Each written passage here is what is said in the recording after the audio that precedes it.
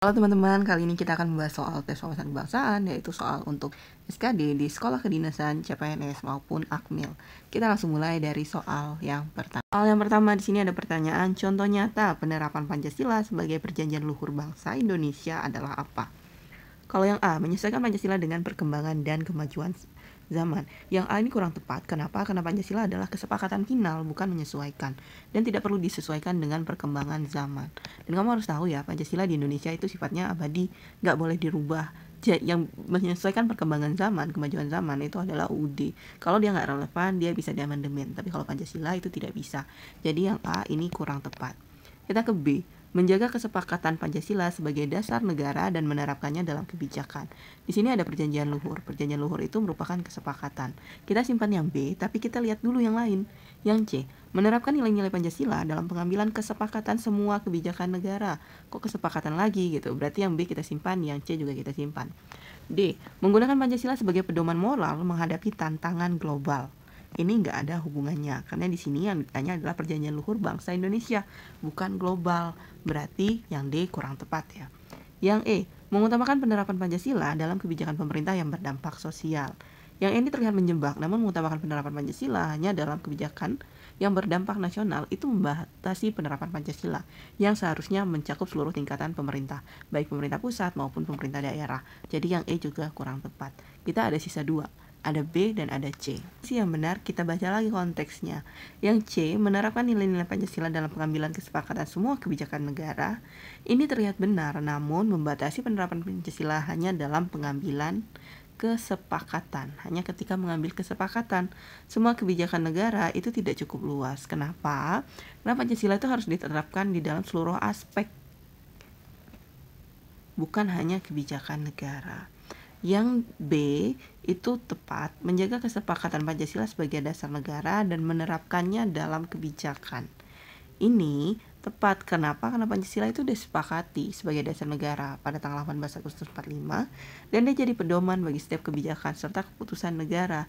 Ini mencerminkan komitmen bangsa Indonesia untuk mempertahankan Pancasila sebagai landasan yang tidak dapat diubah atau tidak dapat disesuaikan. Jadi jawaban yang tepat itu yang B, bukan yang C. Ini permainan kata-kata, mirip tapi sebenarnya beda. Jadi jawabannya C. Kita ke soal selanjutnya. Penerapan nyata dari sikap mengakui dan memperlakukan manusia sesuai dengan harkat dan martabatnya sebagai makhluk Tuhan yang Maha Esa adalah apa? Kita harus tahu konteks soal ini. Soal ini itu penerapan sila keberapa? Karena di sini ada kata penerapannya. Kamu jangan terkecoh karena ada Tuhan yang Maha Esa bukan berarti ini pertama. Mengakui dan memperlakukan manusia, objeknya tuh ada di sini sesuai dengan harkat dan martabat sebagai makhluk Tuhan yang Maha Esa. Jadi yang di sini yang dibahas manusia ya, bukan Tuhannya.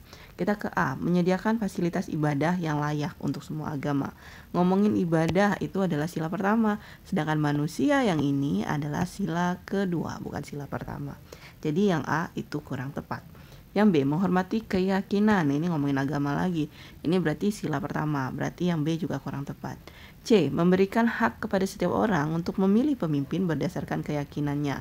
Ada ngomongin keyakinan, tapi kamu jangan terkecoh. Yang C itu bukan kayak A dan B yang salah karena ini sila pertama. Yang C itu memberikan hak kepada setiap orang untuk memilih pemimpin. Memilih ini adalah sila keempat kayak gitu. Jadi yang C juga kurang tepat. D, memastikan setiap warga negara memiliki hak yang sama dalam mengakses pelayanan publik. Ini sila keberapa ayo? Kayak gitu. Nah, kita simpan dulu yang D kalau kamu bingung. Kita ke E, mengutamakan kepentingan mayoritas dan tetap menghormati kelompok minoritas. Ini bukan sila kedua, ini adalah sila keempat. Nah, tinggal D. Tapi bingung kenapa sih D yang benar? Yang benar tuh D. Kenapa? Karena seperti sila kedua Pancasila, memastikan setiap orang diperlakukan setara tanpa memandang perbedaan, keyakinan, agama. Dalam konteks kehidupan sehari-hari, hal ini diwujudkan melalui tindakan nyata yang memberikan hak yang sama kepada setiap individu, terutama dalam hal akses terhadap pelayanan publik. Ini berarti setiap warga negara, apapun latar belakangnya, harus dapat mengakses fasilitas dan layanan yang disediakan oleh negara secara adil dan merata. Nah, itu alasan kenapa D itu benar. Kalau kamu bingung, kok ribet banget, kenapa TWK tuh susah kayak gitu. Oke, kita hapus manusia ke warga negara. Ini berhubungan hak yang sama, itu harkat dan martabat, itu ngomongin hak. Jadi harkat dan martabat kita ngomongin hak. Jadi ini ada hubungannya. Jadi jawabannya tuh kalau mau simpelnya, kamu cari hubungan antara narasi di soal dan juga narasi di jawaban. Objeknya manusia, oh ini juga harus ngomongin manusia, tapi di sini warga negara. Harkat dan martabat berarti konteksnya ngomongin hak, jadi sama. Jadi tetap aja mau pakai cara cepet, mau pakai dibahas satu-satu secara analisis, jawabannya tuh tetap yang D. Oke?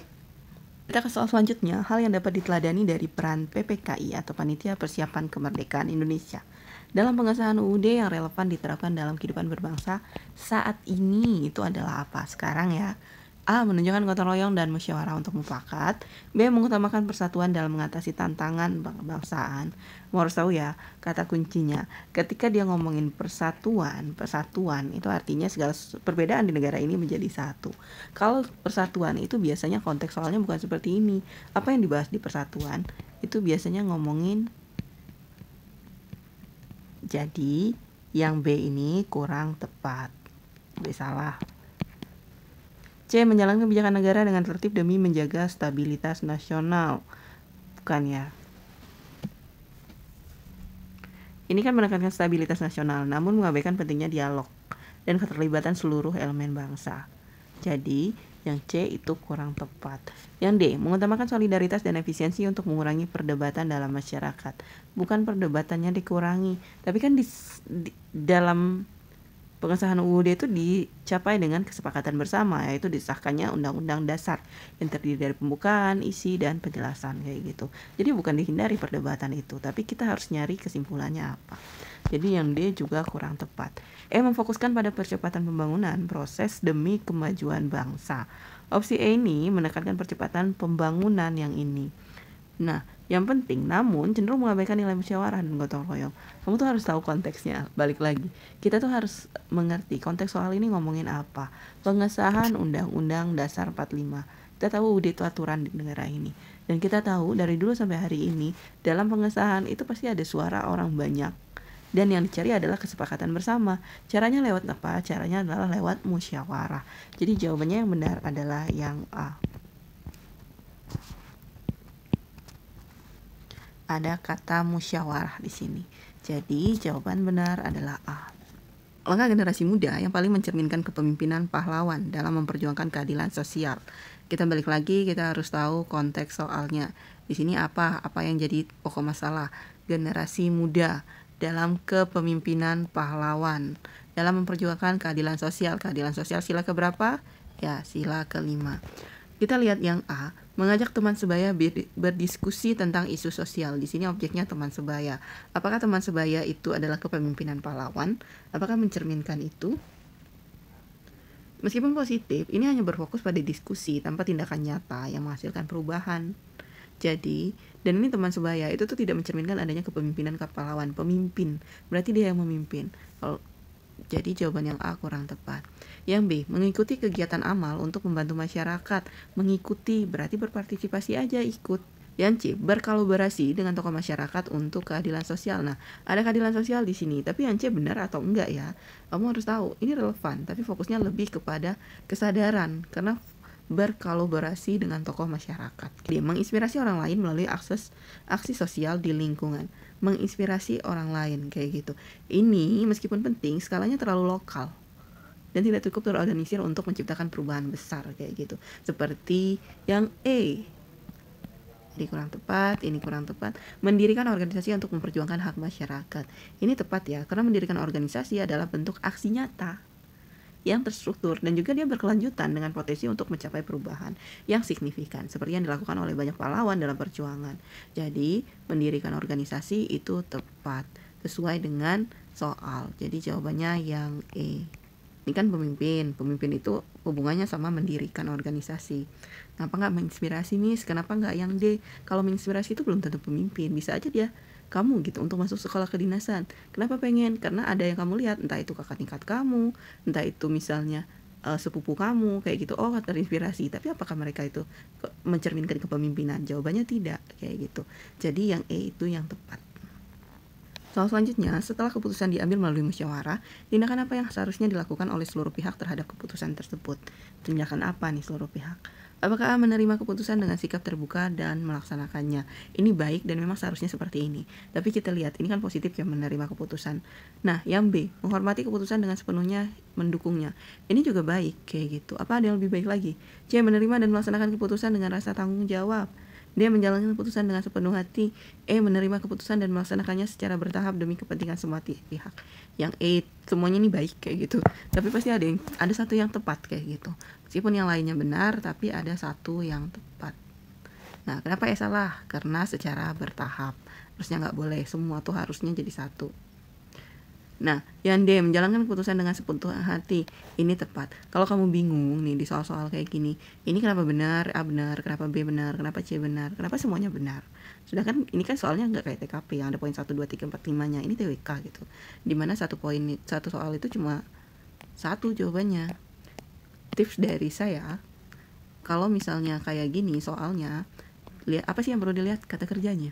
Kayak gitu. Cukup di kata kerja. A menerima, B menghormati, C menerima dan melaksanakan. Oh, kita lihat nih, menerima dari A dan di C, yang lebih kuat yang mana?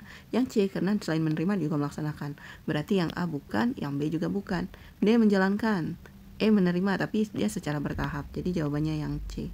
Ini sebenarnya benar semua, tapi yang C itu lebih lengkap. Makanya C itu jawaban yang tepat. Begitu. Perhatikan apa kalau bingung? Kata kerjanya.